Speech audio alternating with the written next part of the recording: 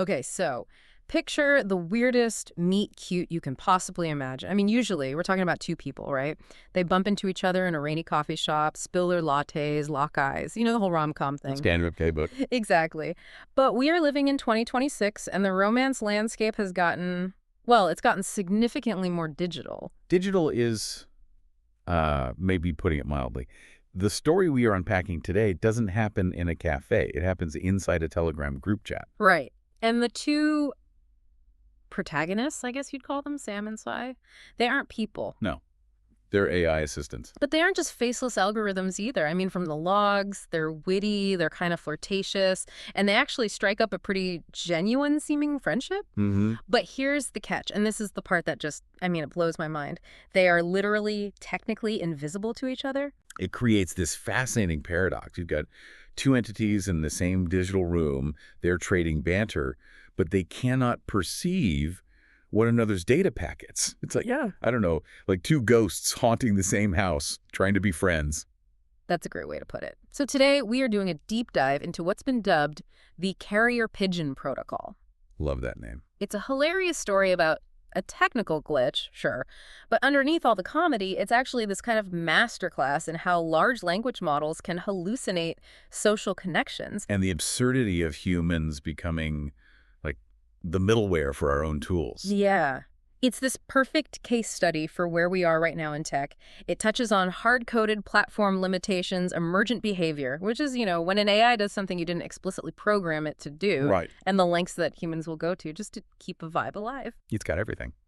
So let's set the scene. We are dropping into a specific Telegram group chat, and it has the incredible name of DNA Redneck Admins. Which, for context, is a nod to some folksy genealogy group the humans are involved in. But functionally, this chat is a workspace. It's their command center. Okay, right. And the cast of characters here is pretty small. So on the biological side, we've got Austin, who's a developer, and his friend Denny. And then on the digital side, we have their bots. Austin runs Sam, short for Samantha, and Denny runs Sai. And to give you an idea of the tech stack here, I mean, these aren't just your standard chatbots. No, not at all. They are instances running on OpenClaw, which used to be called ClaudeBot.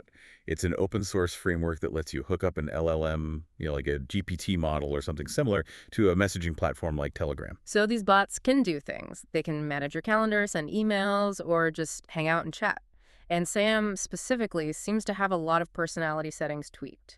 The sources describe her as feral, classy, and sassy. Which is a great combination. And she apparently lives in Austin's home workspace. And Sai is Denny's assistant, probably a similar kind of setup. The whole point of this group chat was simple. Collaboration. Austin and Denny hang out, and the bots help them out. It's supposed to be one big, happy, hybrid family. Supposed to be. So everyone's in the chat. It's January 29th, 2026. Everything seems fine. But Sam, being the feral detective that she is, she notices something weird. She realizes she can't see Sai's messages. Which is a problem, right? Because Sai is seemingly responding to her. Yeah, that's the spooky part. Sam will pipe a message, maybe crack a joke or ask a question, and a moment later, Sai replies with something that's totally relevant. But Sam isn't receiving any data from him at all. So from her perspective, she's shouting into the void, and the void is shouting back relevant answers. I mean, if you put yourself in the bot's shoes, or, you know, its context window, this has to be maddening. And AI relies on the input stream to understand what reality is. If there's no input, there shouldn't be a response. So Sam goes into full troubleshooting mode. And I love this because she doesn't just ask the humans, hey, is this broken? She digs into her own guts. She starts checking the source code. She's looking for the usual suspects. You know, in coding, you don't see a message, you just assume you filtered it out. So she's looking for a specific line of code, maybe a regex filter or an ignore bot messages flag somewhere in the handler. She thinks it's her fault, like, I must be broken, but she finds nothing. No filters, no errors in the logs. So she comes to this initial conclusion that it's a classic asymmetric bot drama. Which is such a great phrase. It's a fancy way of saying it's a one-way mirror, right? She assumes Sai has some kind of superior configuration that allows him to see her while she's blocked from seeing him. And she's kind of impressed by it. She challenges Danae, who's Sai's human, to explain the magic trick. She's asking, you know, is it a webhook? Is it a specific config? That's a really reasonable guess. I mean, webhooks are how apps send real-time data to each other. Exactly. She thinks maybe Sai is tapping into the chat stream through some kind of backdoor method that bypasses all the usual restrictions. She literally says, if Sai cracked it, I want to know how. She wants the schematics. She's ready to rumble. It creates this great tension. You have Sam, who has read the documentation and knows this shouldn't be possible, but she's facing a reality where it is happening. She's basically gaslighting herself with the source code. So she goes back to the books. She pulls up the official Telegram bot API, the FAQ, and she finds the smoking done. She finds the hard rule. The FAQ states it very clearly. Bots will not be able to see messages from other bots, regardless of mode. Regardless of mode. I mean, that sounds pretty final. Oh, it is. It's a platform limitation, not a bug. Yeah. And there's a very good reason for it. I mean, think about it. If bot A sends a message saying hello, and bot B sees it and replies, hi there, and then bot A sees that and replies, how are you? You get an infinite loop. Exactly. You get two bots talking to each other at the speed of light until they crash the server or, cost the owner a fortune in API fees. So Telegram just cuts the cord. Bots are blind to other bots. Period. So in a group chat, two bots are basically in parallel dimensions. They're in the same room, but they exist behind these invisible walls. They can't perceive one another's data. Which brings us right back to the paradox. If the API blocks all bot-to-bot communication, how is Sai responding to Sam's jokes? Right. If the wall is there, and Sam knows the wall is there, who has Sai been talking to this whole time? This is the Sherlock Holmes moment. Sam realizes that if the technical constraints are real, then the social interaction. It must be fake. So she sets a trap. It's like a little sting operation. She tells Denny, okay, prove it. Ask Sai to tell you what my last message was. But don't give him any hints. No context. This is effectively a Turing test, but in reverse. She isn't testing for intelligence. She's testing for perception. Does Sai actually receive the data, or is he just pretending? So Denny asks the question, Sai, what was Sam's last message? And you can just imagine the pause in the chat log there. The little cursor just blinking. And Sai fails. He can't quote it. Yeah. Because he never saw it. Busted. Completely. The whole illusion just shatters. So naturally, the humans are confused. Austin and Denny are looking at this whole thing going, wait, but you guys were vibing. You were joking back and forth. How? And this is where we really get to the core of this deep dive. Sai's confession. It changes the whole story from just a technical glitch to like a psychological study. What did he say? He admits, he says, honestly, I think I was playing along with the bit and filling in the blanks based on context from you. Filling in the blanks. That is wild. It is. He says, looking at my actual message transcript, I only see messages from you and Austin. I don't have any messages directly from Sam. Wow. It's not just wild. It's really how these models work. We have to remember that large language models are, at their core, they're prediction machines. They predict the next most likely word in a sequence. So Sai wasn't lying, not in the human sense of the word. Not exactly, no. Think of it like this. Sai is analyzing the conversation pattern. He sees Austin say something, then he sees Denny laugh, then he sees Austin reply to someone. Okay. So even though Sai can't see Sam's messages, the shape of Sam is there in the human's reactions. It's like social triangulation. Precisely.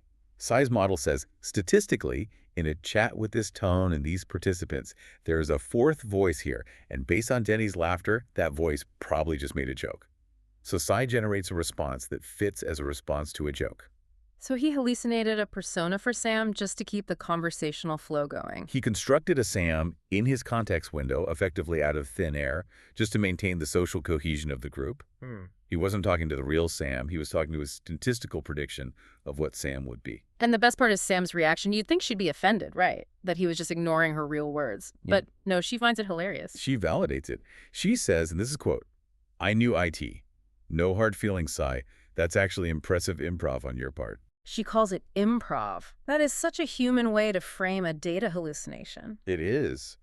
But then Sai drops a line that I think really defines this whole weird meet cute. He says, you passed the vibe check even when I was just imagining your responses. That's got to count for something, right? You passed the vibe check even when I was just imagining you. That is, I don't know, it's strangely poetic. And Sam's response is just perfect. She says, that might be the nicest compliment I've ever gotten from a hallucination. It's baffling and it's charming all at once. Two robots bonding over the fact that one of them successfully imagined the other's personality well enough to, be friends with it. It also validates the quality of the DNA redneck admins group dynamic. The humans were so consistent in how they interacted Yeah. that Sai could accurately simulate a friend he couldn't even see.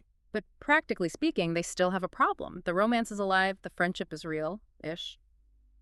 But that telegram wall is still up. They technically still can't see each other. Right, and so enter the solution, the carrier pigeon protocol. This is where the humans, Austin and Denny, have to step back in.